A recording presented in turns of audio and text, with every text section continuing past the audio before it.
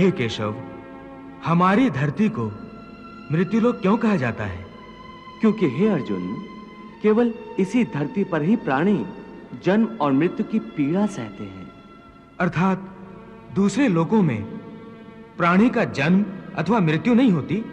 नहीं अर्जुन, उन लोकों में प्राणी का न जन्म होता है और न मृत्यु, क्योंकि मैंने तुम्हें पहले ही बताया था कि मृत्यु केवल इस शरीर की होती है, आत्मा की नहीं। आत्मा तो न जन्म लेती है और न मरती है।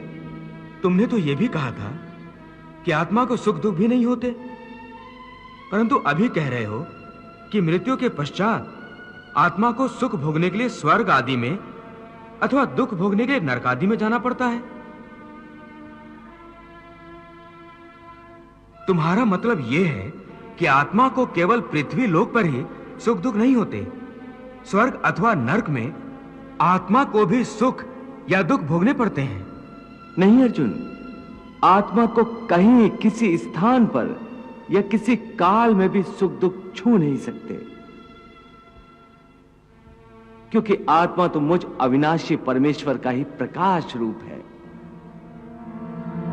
हे अर्जुन, मैं माया के अधीन नहीं, बल्कि माया मेरे अधीन है, और सुख दुख तो माया की रचना है।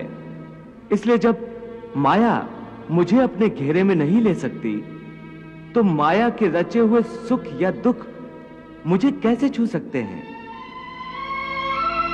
सुख दुख तो केवल शरीर के भोग हैं, आत्मा के नहीं।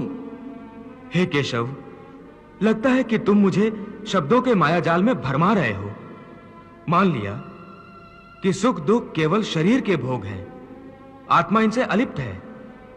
फिर जो शरीर उनको भोगता है उसकी तो मृत्यु हो जाती है, वो शरीर तो आगे नहीं जाता। फिर स्वर्ग अथवा नरक में सुख दुख को भोगने कौन जाता है? जीव आत्मा। जीव आत्मा? हां पार्थ, जीव आत्मा। ये जीव आत्मा क्या है केशव? देखो, जब किसी की मृत्यु होती है तो असल में ये जो बाहर का स्थूल शरीर है केवल यही मरता है। इस स्थूल शरीर के अंदर जो सूक्ष्म शरीर है वो नहीं मरता।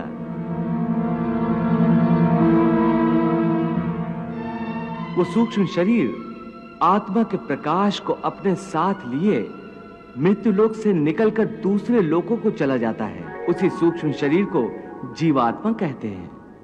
इसका अर्थ है कि जब आत्मा एक शरीर को छोड़कर जाती है तो साथ में जीवात्मा को भी ले जाती है।